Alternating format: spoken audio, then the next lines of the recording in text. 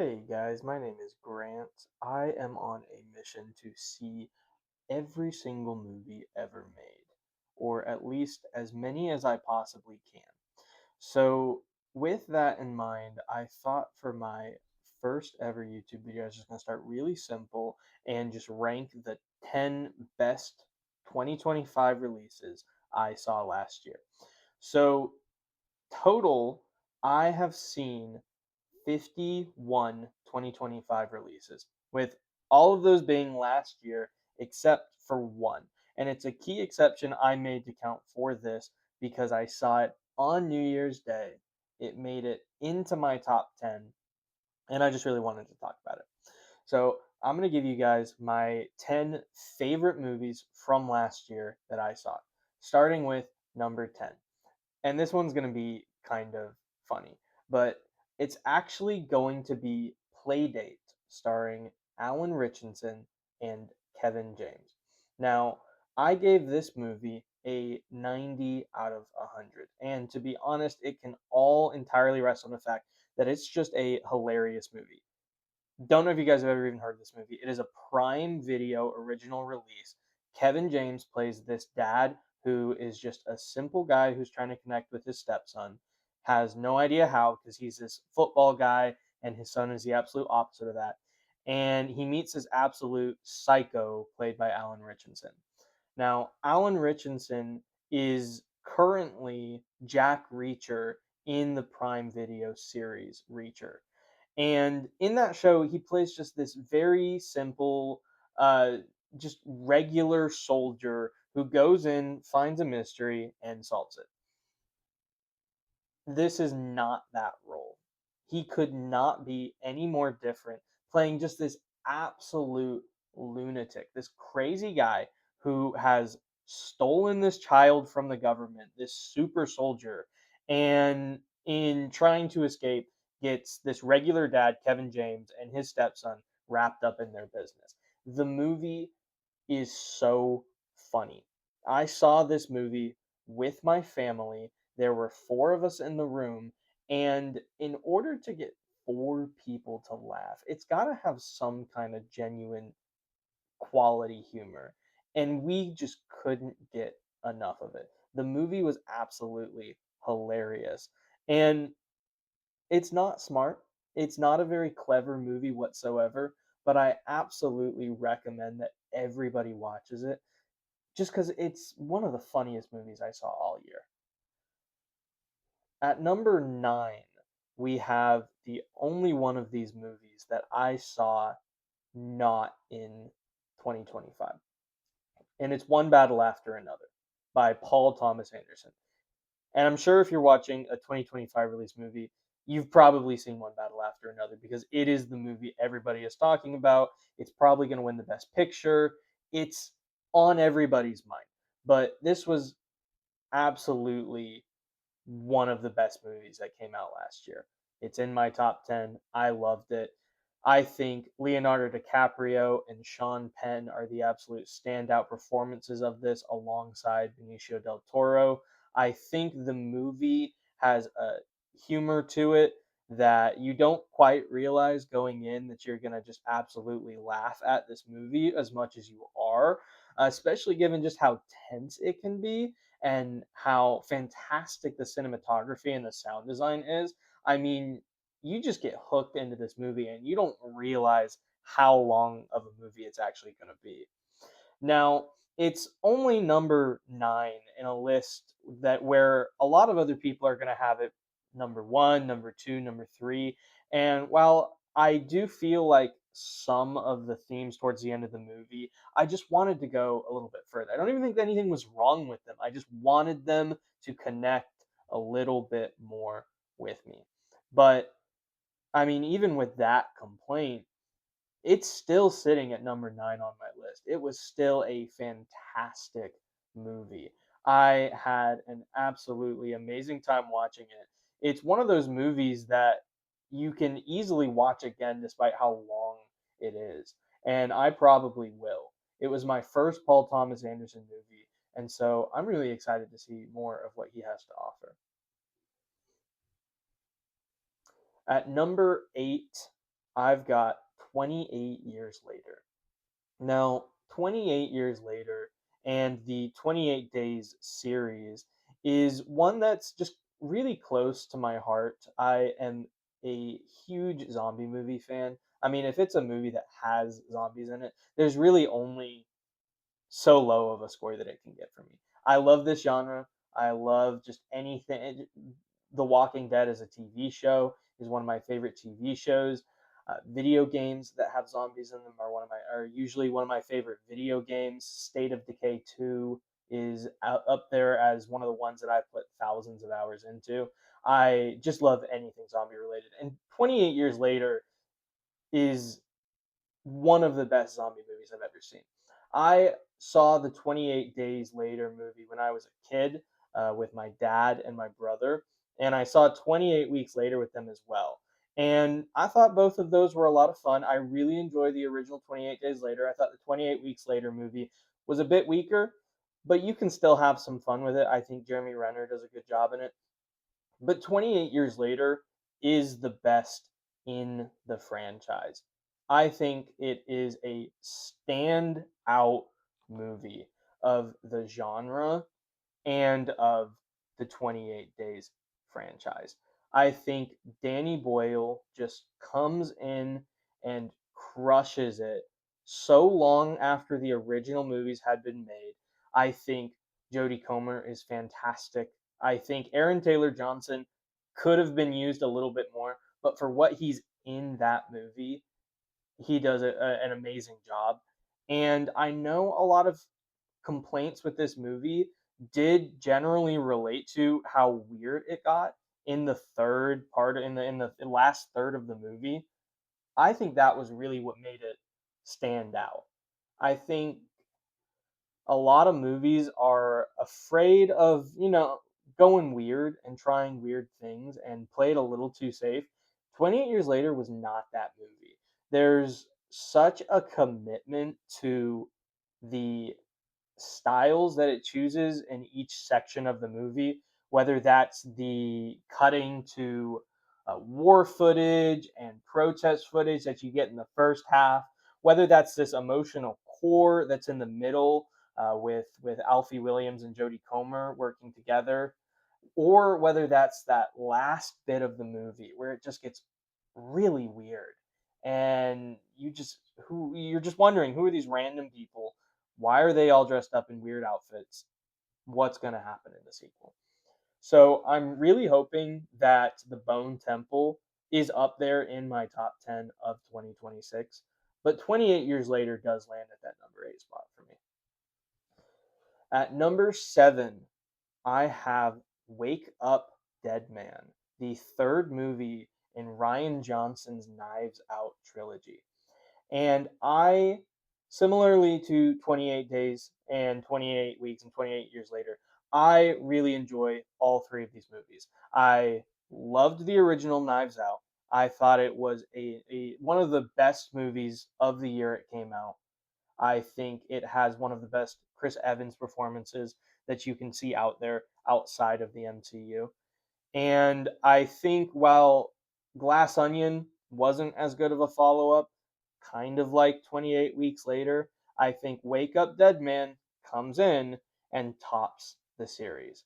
I think there is such a heart and an emotional core to this movie that you just can't let it go out of your head. I think Josh O'Connor puts in one of the best performances of his career and certainly the best of the year, although he did a fantastic job in The Mastermind.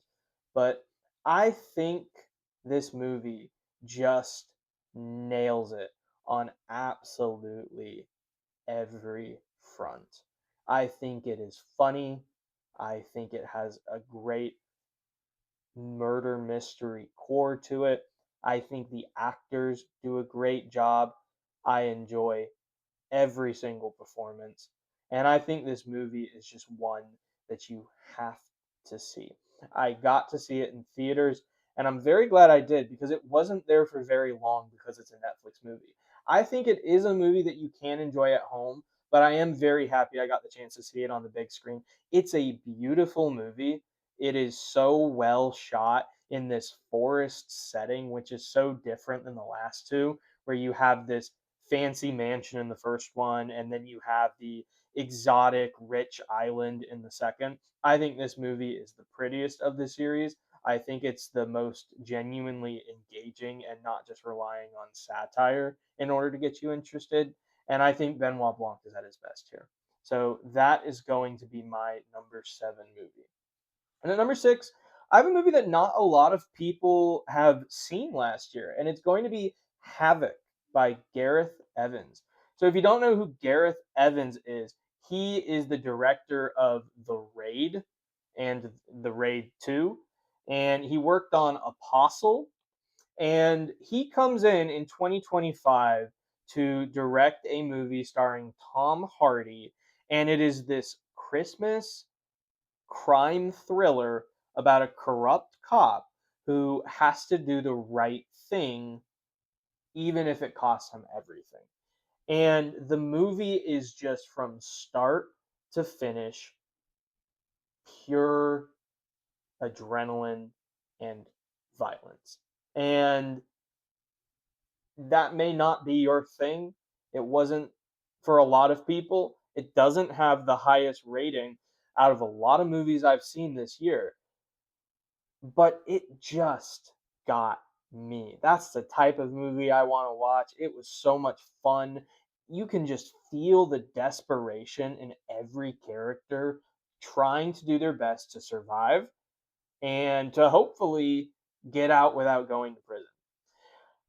Timothy Olyphant stars as the antagonist in this movie as another corrupt cop who's trying his best to stop Tom Hardy and the people he's helping. And I think he absolutely is one of my favorite actors in Hollywood right now. He's usually in TV shows, and I think he just deserves to constantly have either a leading role or an antagonist role where he's the main bad guy of the movie. I think he did a fantastic job as it. Really, I think everybody was great in this movie. I think the stunt coordination was one of the best in any movie that I've seen this year. I just thought this was a really fun time. At number 5, I have James Gunn's beginning to his DC Universe Superman. And I've seen every single Superman movie over the course of the last couple of years. I watched all of the originals, the first 4 Superman movies, and then Superman Returns one summer a couple of years ago, and really thought those movies were a lot of fun, but wanted something that just felt more modern, that felt like it had a good look to it, that the CGI was really able to shine with the technology that we have today. While I think the first Superman managed to survive without it, I really feel like all the other ones were lacking that. I've seen Man of Steel, I've seen Batman v Superman, and I've seen Justice League. And I think the one that does it the best is 2025's Superman. I think we haven't had as good of a main actor playing Superman since Christopher Reeves in the original. And I don't know that we've ever had as good of a Lex Luthor as Nicholas Hoult, who again is one of those actors that if I see him in a movie, it's going to make me want to see that just a little bit more. Nicholas Hoult is in Mad Max Fury Road just as an absolutely hilarious character, and I've been following him since his days on Skins UK. He does a great job in everything he acts in. He fully commits to the role, and I think here as Lex Luthor, he absolutely kills it. I think Nathan Fillion also deserves a special shout out. He is just absolutely hilarious in Castle. And while he kind of trades that in for some emotional sincerity in The Rookie, which is on Hulu, he's able to still carry that comedy here as the Green Lantern. And he kind of steals the scene every single time he's on screen. But really, you can say that for half the characters in this movie, and that doesn't mean that Superman isn't great. I just think every single character here is so well fleshed out that you're just able to fall in love with this world. Now, I do want to say that I don't think I have ever seen an uglier CGI baby than in this movie. I think it was worse than Twilight. That's really my only complaint with the movie. So that is why it's sitting at number 5 for me. And at number 4, we've got Sinners. Now, Sinners is Ryan Coogler's newest movie starring Michael B. Jordan as both of the leading roles, Smoke and Stack. But what shocked me wasn't Michael B. Jordan's performance, it was Miles Catton's.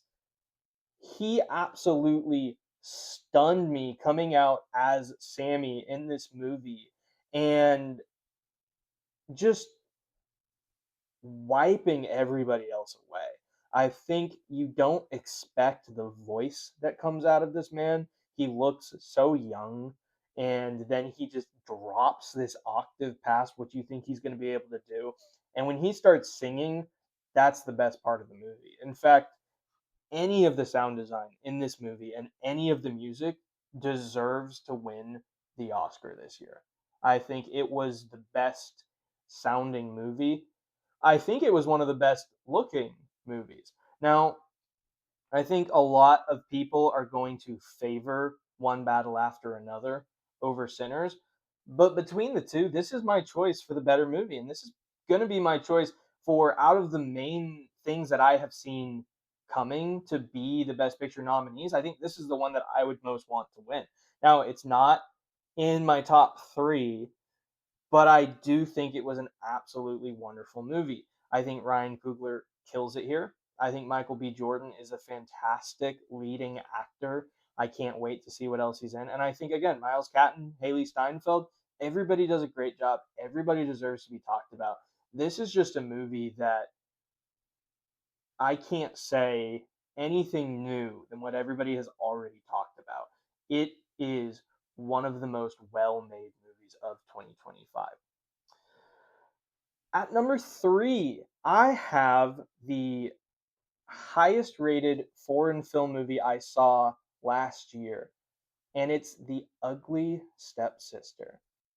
Now, The Ugly Stepsister, if you don't know what this is, I believe it was a Shudder original, and it's a Norwegian movie.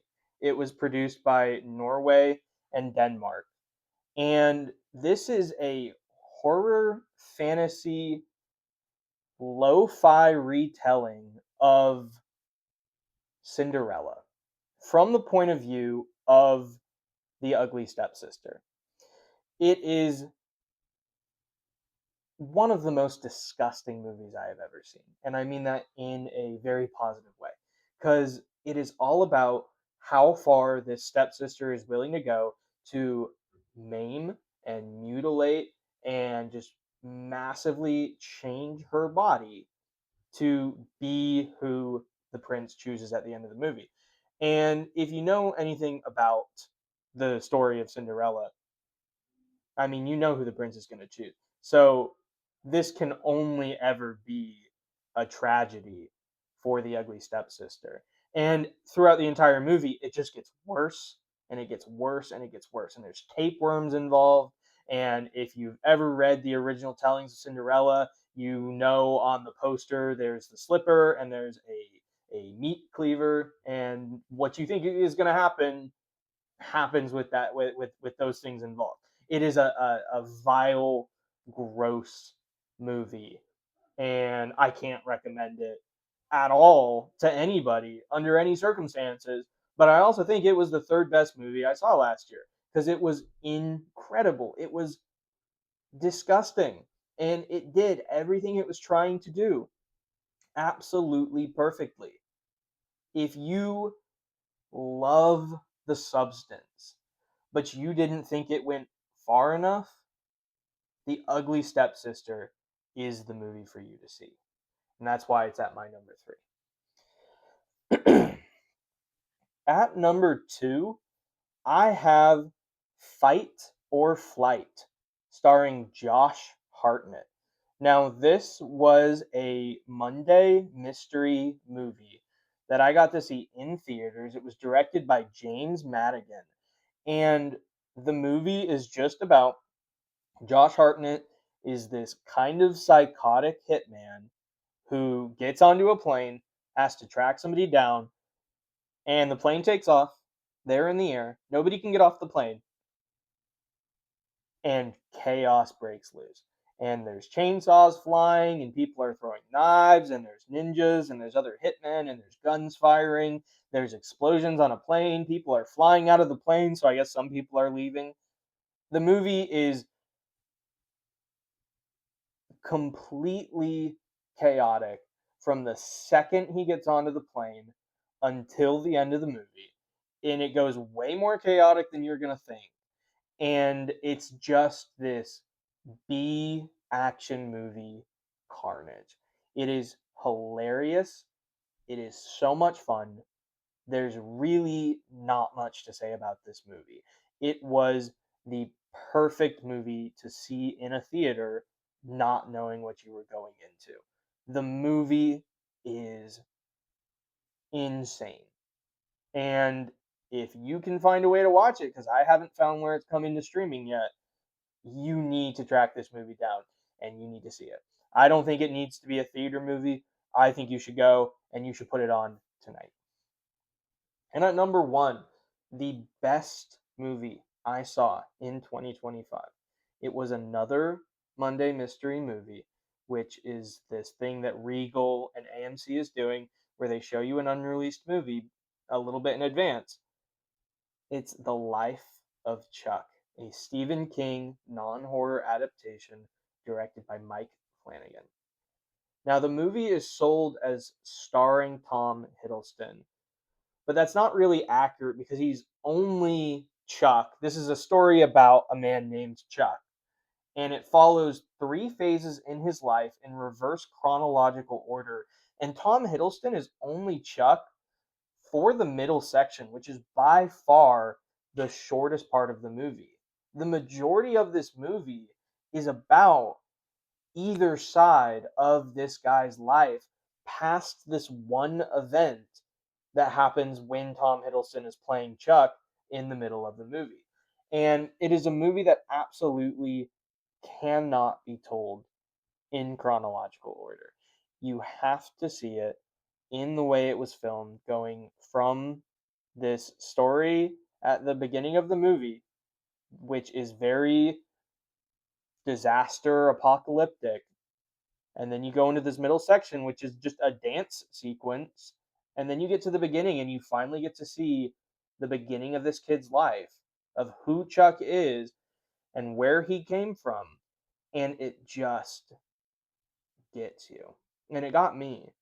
And there aren't a lot of movies that really make me tear up in theaters. But The Life of Chuck was one of them. It is a story of what makes life worth living, what makes it have a point.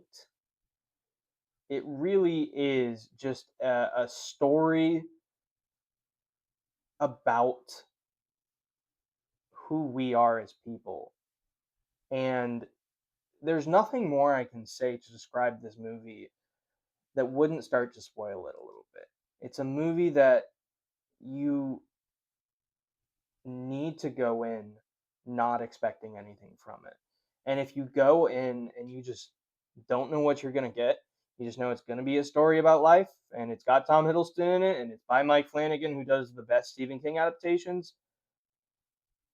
Hopefully, you'll see this as the perfect movie that it is. And that's why it's my number 1 movie of last year. Out of the 51 releases that I saw, out of the 51 2025 releases, but also out of all 330 movies I watched last year, this one sits at top. Those are my top 10 movies of 2025. I am really looking forward to see what 2026 has to offer. While I loved my top 10 and I had a great time with them, I do feel like 2025 had a little bit less to offer than previous years overall. I'm really looking forward to everything coming out in 2026. And I just really hope that next year I can come in and say all 10 of these movies better than what I had last year. But let me know your thoughts. Thanks for watching.